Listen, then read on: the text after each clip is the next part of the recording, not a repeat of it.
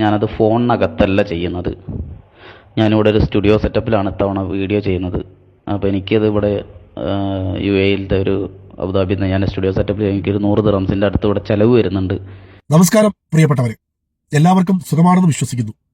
ത്രിതല പഞ്ചായത്ത് തെരഞ്ഞെടുപ്പിന്റെ ഫലപ്രഖ്യാപനം വന്നതിന് ശേഷം ഇവിടെ ക്ലൈമറ്റൊക്കെ ചേഞ്ചായി. ഒരാഴ്ചയായിട്ട് പനിയായിട്ട് കിടപ്പായിരുന്നു. അതുകൊണ്ടാണ് പല കാര്യത്തിലും പ്രതികരിക്കാതിരിക്കാൻ കഴിഞ്ഞത്. ഇപ്പോൾ ഞാൻ ചെയ്യുന്ന ഈ വീഡിയോ നമ്മളിൽപ്പെട്ടവർക്ക് തന്നെ ഇഷ്ടപ്പെടാത്ത ഒരു വീഡിയോ ആയിരിക്കും. അതായത് സൈബർ സഖാക്കൾക്ക് പലർക്കും എന്നോട് ദേഷ്യം തോന്നുന്ന ഒരു വീഡിയോ ആയിരിക്കും. ദേഷ്യം തോന്നിയത് കൊണ്ടോ എന്നെ ചീത്ത വിളിച്ചത് കൊണ്ടോ എനിക്ക് പറയാനുള്ളത് പറയാതിരിക്കാൻ കഴിയത്തില്ലല്ലോ. നമ്മൾ മറ്റു രാഷ്ട്രീയ പാർട്ടികളിലുള്ളവരുടെ ഇല്ലായ്മകളും അവരുടെ ചാബല്യങ്ങളും അവരുടെ തട്ടിപ്പുകളും തുറന്നു പറയുമ്പോൾ നമ്മുടെ കൂട്ടത്തിലുള്ളവരുടെ തട്ടിപ്പുകൾ കാണാതിരിക്കുക എന്ന് പറയുന്നത്, അല്ലെങ്കിൽ അതിനെതിരെ പ്രതികരിക്കാതിരിക്കുക എന്ന് പറയുന്നത് ഡബിൾ സിൻഡ്രമായി പോവും. എന്നെ സംബന്ധിച്ച് ഡബിൾ സിൻഡ്രം അല്ല, ഒറ്റ സിൻഡ്രം ആയതുകൊണ്ട് നമ്മുടെ കൂട്ടത്തിലുള്ളവർ ചെയ്താലും അപ്പുറത്തുള്ളവർ ചെയ്താലും തെറ്റ് തന്നെയാണ്. കൂടുതൽ ഞാൻ നീട്ടി പറയുന്നില്ല.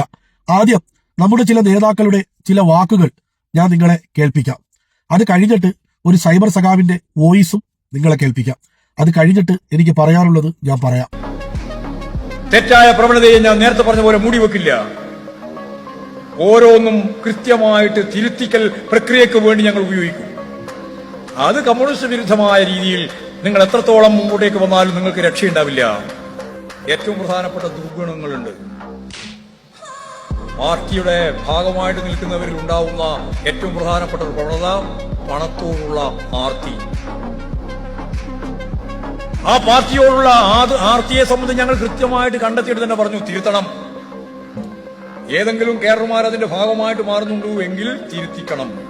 കൂലിപ്പണിക്ക് പോകുന്ന നമ്മളെ നാട്ടിലെ ഏറ്റവും സാധാരണക്കാരായ തൊഴിലാളി പോലും എത്രയോ ദിവസം തൊഴിലിന് പോകാതെ ഈ പാർട്ടിയുടെ വിജയത്തിന് വേണ്ടി അഹോരാത്രം പ്രയത്നിച്ചത് ഞങ്ങൾക്ക് മനസ്സിലാക്കാൻ സാധിക്കുന്നുണ്ട്. നമ്മുടെ പാർട്ടി രൂപീകരിക്കുമ്പോഴും പിന്നീട് ഇങ്ങോട്ട് പ്രവർത്തിക്കുമ്പോഴൊക്കെയും ജീവൻ കൊടുക്കേണ്ടി വരും എന്നറിഞ്ഞിട്ട് തന്നെയാണ് നമ്മുടെ 1000 സഖാക്കൾ ചെങ്കൊടി പിടിച്ച് ഈ നാടിൽ നമ്മളെ നയിക്കാൻ കഴിഞ്ഞ കാലങ്ങളിൽ ഉണ്ടായിരുന്നത്. ഇന്ന് നമ്മൾ വിളിക്കേണ്ട കാര്യമില്ലല്ലോ. ഇത് നമ്മുടെ കൂടി അതാണ് ഈ നിങ്ങൾ ഇടതുപക്ഷത്തെ മനസ്സിലാക്കുമ്പോൾ കുറച്ചുകൂടി കാതലായിട്ട് മനസ്സിലാക്കുന്നത്. ഞങ്ങളെ ആരും പ്രചരണത്തിൽ വിളിച്ചിട്ടിറങ്ങുന്നില്ല.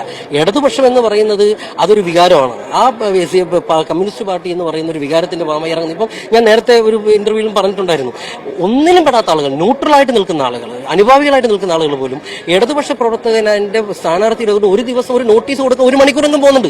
അതാണ് ഇടതുപക്ഷത്തിന്റെ ഏറ്റവും വലിയ കരുത്ത് എന്ന് പറയുന്നത്. ഇപ്പം അച്ഛൻ തന്നെ പറഞ്ഞൊരു വാചകമുണ്ട്, ഇപ്പം ഒരു 100 പേർക്കല്ലേ ഈ പറയുന്ന MLA ആകാൻ പറ്റുള്ളൂ, അല്ലെങ്കിൽ ഒരു 10,000 1500 പേർക്ക് 2000 പേർക്കല്ലേ ഈ പഞ്ചായത്ത് മെമ്പറും മറ്റ് ഇതാകാൻ പറ്റുള്ളൂ, ഒരു 20 പേർക്ക് മന്ത്രിയാകാൻ പറ്റും. ഈ ലക്ഷോപലക്ഷം വരുന്ന ബാക്കിയുള്ള അണികളാണ് ഈ പാർട്ടിയുടെ ശക്തി. ആ അണികൾ എന്തെങ്കിലും കിട്ടുമെന്നോ ആരെയും വിളിച്ചിട്ടോ അല്ലല്ലോ പ്രവർത്തനം കൊണ്ട്. ഇത് എന്റെ കൂടി ഉത്തരവാദിത്തമാണ്. എന്റെ പാർട്ടിയെ മുന്നോട്ട് കൊണ്ടുപോകുന്നതിൽ എനിക്ക് എന്താണ് വഹിക്കാൻ വയ്യ എന്നുള്ള ഓരോരുത്തരും ചിന്തിക്കും. ഗോവിന്ദ മാഷ് പറഞ്ഞതിനെയാണ് പ്രത്യേകിച്ച് എടുത്തു പറയാനുള്ളത്.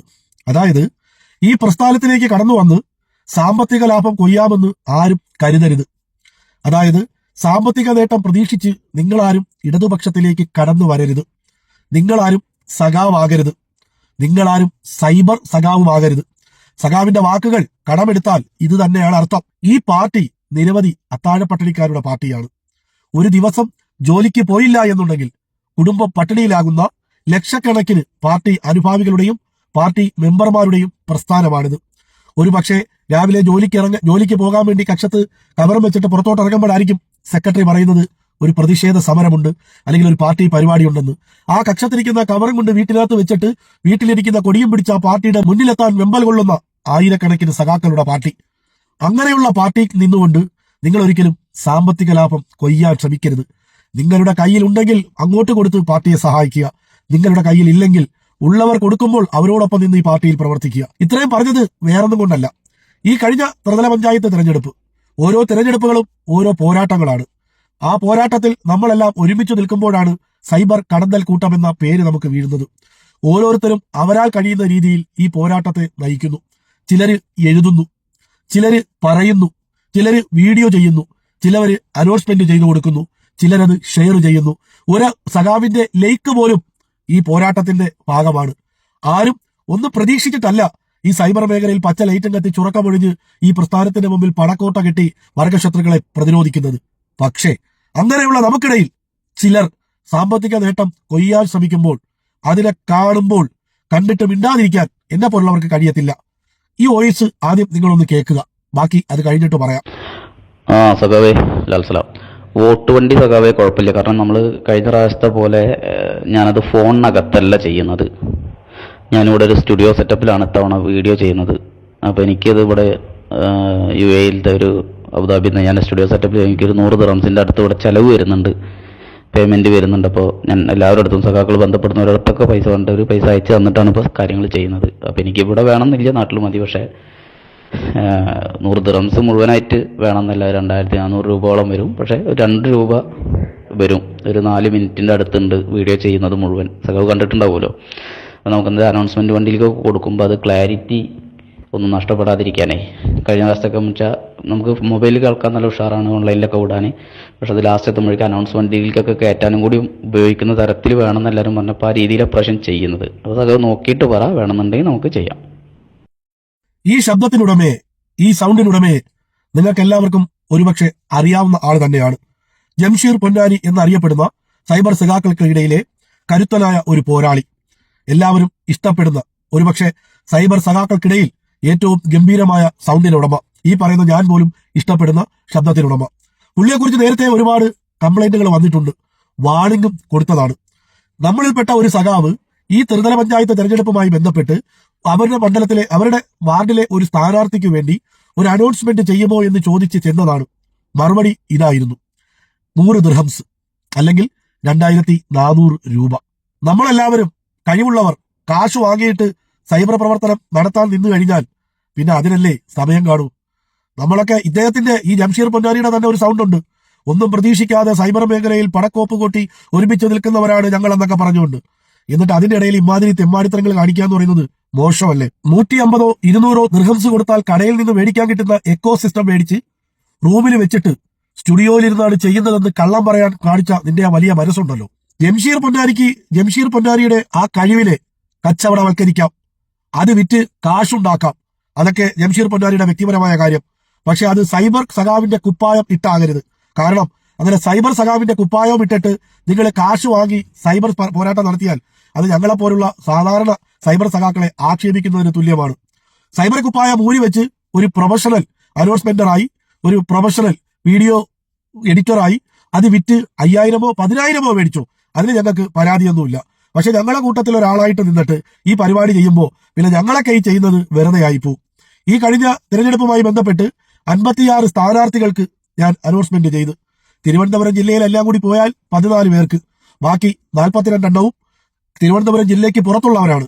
കാസർഗോഡുണ്ട്, കണ്ണൂരുണ്ട്, ആലപ്പുഴ, എറണാകുളം, അങ്ങനെ പല ജില്ലകളിൽ പല ഭാഗങ്ങളിലുള്ള 56 പേർക്ക് മൊത്തം ഞാൻ ചെയ്തു.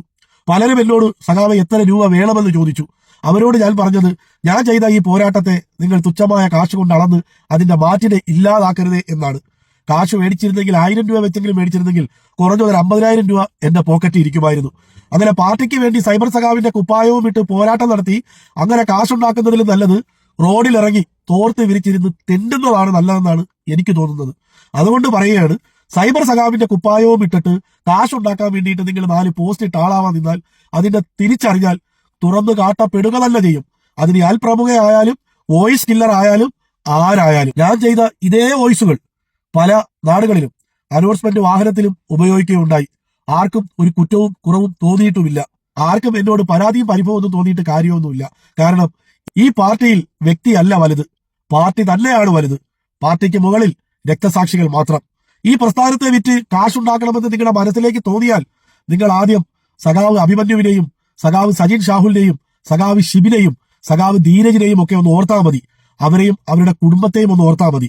അവരുടെ ചോരയും അവരുടെ സ്വപ്നവും അവരുടെ ജീവിതവും അവരുടെ ജീവനം കൊണ്ട് പടുത്തുയർത്തിയ ഈ പ്രസ്ഥാനത്തെ വിറ്റ് കാശാക്കണമെന്ന് പിന്നെയും നിങ്ങൾക്ക് തോന്നിയാൽ വർഗശത്രുക്കളെക്കാൾ സൂക്ഷിക്കേണ്ട കുലകുത്തുകളാണ് നിങ്ങളെന്ന് കൂടി തിരിച്ചറിഞ്ഞുകൊണ്ട് തന്നെയാണ് ഇങ്ങനെ പ്രതികരിക്കേണ്ടി വന്നതെന്ന് പറഞ്ഞുകൊണ്ട് എല്ലാവർക്കും ലാൽ സലാം പ്രിയ സഖാക്കളെ. ത്തിന്റെ അവസാനത്തെ വാക്കായ ഇടതുപക്ഷത്തിനാകട്ടെ നമ്മുടെ വോട്ട്. അക്കരവിള വാർഡിൽ വികസനങ്ങളുടെ പെരുമഴ തീർത്ത് നവകേരളത്തിന്റെ ക്യാപ്റ്റൻ അനുഗ്രഹിക്കണമേ എന്ന് 17-ാം വാർഡ് പയ്യപ്പറമ്പിലെ പ്രബുദ്ധരായ ജനാധിപത്യ മതേതര ബോധമുള്ള ചിന്താശേഷിയുള്ള ഓരോ വോട്ടർമാരോടും ഞങ്ങൾ ഹൃദയത്തിന്റെ ഭാഷയിൽ അപേക്ഷിക്കുകയാണ്. കാലങ്ങളായി ജയിച്ചു മാത്രമല്ല 5 വർഷം കൊണ്ട് ഇടതുപക്ഷ ജനാധിപത്യ മുന്നണി സ്വതന്ത്ര സ്ഥാനാർത്ഥിയായി മനസ്സിലാക്കി